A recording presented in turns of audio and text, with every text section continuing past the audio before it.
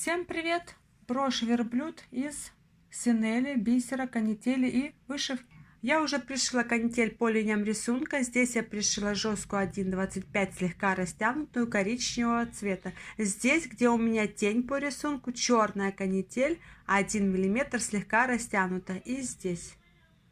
Взяла ниточки мулине черные, сложила пополам. Получила 4 кончика. Просунула в ушко иголочки, коротенький стежок и вот таким вот образом закрепили ниточку. Вывели иголочку, 2 завитка, возвращаем иголочку, поднатягиваем слегка нить. Вот такой красивый узелок получился. Здесь 1 завиточек, поднатянули ниточку, готово. Внизу ротик, 3 коротких стежка горизонтальных. Ниточки синель. Я взяла красочки акриловые для того, чтобы затонировать. Здесь у меня тень, видите, темнее нужен цвет. Темнее синель у меня не оказалось, поэтому я решила затонировать. Чуть-чуть отличается, видите, на 2-3 тона. Взяла ниточки мулине, короткий стежочек, закрепили ниточку, сняли пушочек и начинаем пришивать кончик. Кончик нам нужно очень хорошо пришить, так, чтобы он у нас потом не выбился. Начала я пришивать затонированные синели, где у меня тень по рисунку. Видите, у меня здесь тень.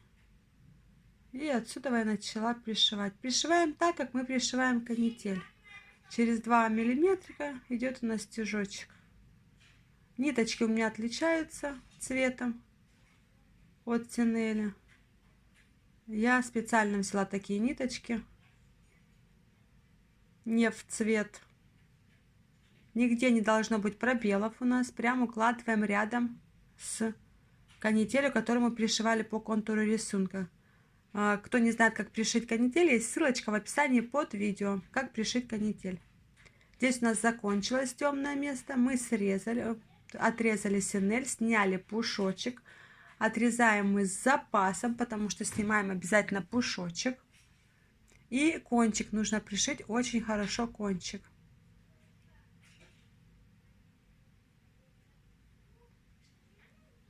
Видите, как отличаются наши ниточки, то есть их видно.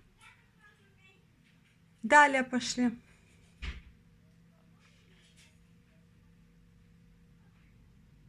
Пришиваем, отступив 2-3 миллиметрика. Смотрите, до уголочка дошла, обязательно в уголочке пришиваю. У нас не должно быть пробелов, не должно быть нахлестов.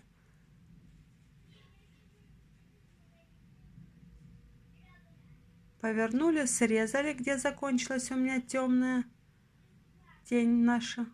Сняли пушочек и пришиваем кончик. Кончик, видите, у нас не подвернут, то есть сначала мы подворачиваем, кончик нет, но следующую синель мы можем положить сверху, и если этот кончик выглядывает пришитый, хорошо пришитый, мы начнем с него, чтобы его закрыть, скажем так.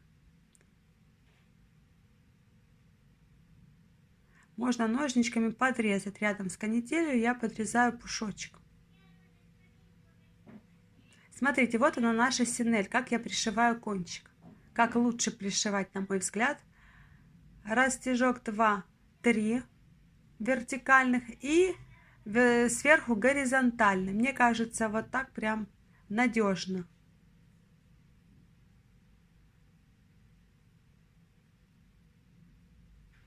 Если у вас есть темнее оттеночки, разные цвета, то не обязательно тонировать. У меня просто не нашлось нужного цвета.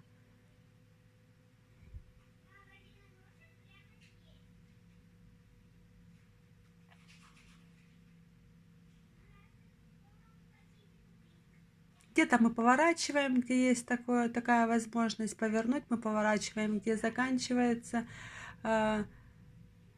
то мы срезаем синель и начинаем в нужном месте. Вот здесь мы поворачиваем, да, раз и повернули. Где уже места не остается, мы шьем, либо цвет нужно поменять, срезаем, начинаем в нужном месте. Очень все легко, укладываем, чтобы не было нахлестов и пробелов.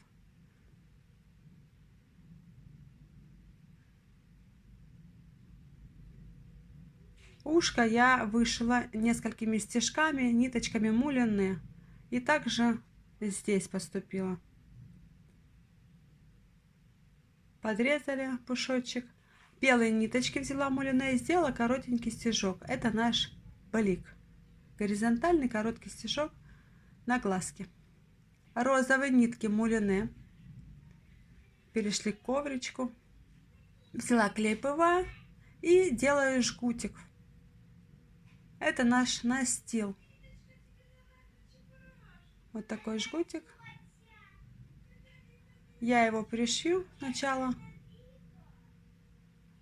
чтобы мне потом было удобно сделать вышивку по нему. Это для того, чтобы был объем.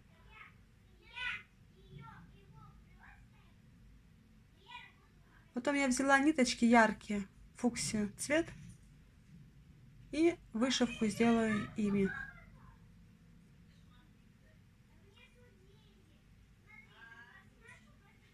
А ниточки я взяла такие яркие, в цвет фуксия. Вышивку делаю вот такими яркими, красивыми ниточками. Стежки у нас ровненькие, как бревнышки. Нет пробелов и нет нахлестов. Смотрите, как красиво получилось. Вот он объем за счет настила. Взяла канитель черную, слегка растянула и пришила рядом с нашей вышивкой. Далее бисер размер 15, красный, бисер черный размер 15. И тоже пришила рядочком. Канитель взяла красную 1,25 жесткую, тоже пришила. Смотрите, как смотрится красиво. Далее еще один жгутик для настила сделали и заполним бисером красным. Готово. Смотрите, как здорово очень смотрится. Переходим к следующему настилу. Вышивка, жгутик. Верхний сделала такой же, как нижний, цвет фуксия. Взяла канитель зеленую жесткую, слегка растянутую 1,25 и пришиваю чуть выше зеленой вышивки. Далее я заполняю красное, что у меня осталось, красным зеркальным бисером размер 15. Готово. Смотрите, как красиво смотрится. Перешли к ковричку, кисточки, да? У нас остались кисточки. Вот такие я делаю стежки. И два вверху горизонтальных. Вертикальный и горизонтальный. Вот такие у меня будут кисточки внизу коврика.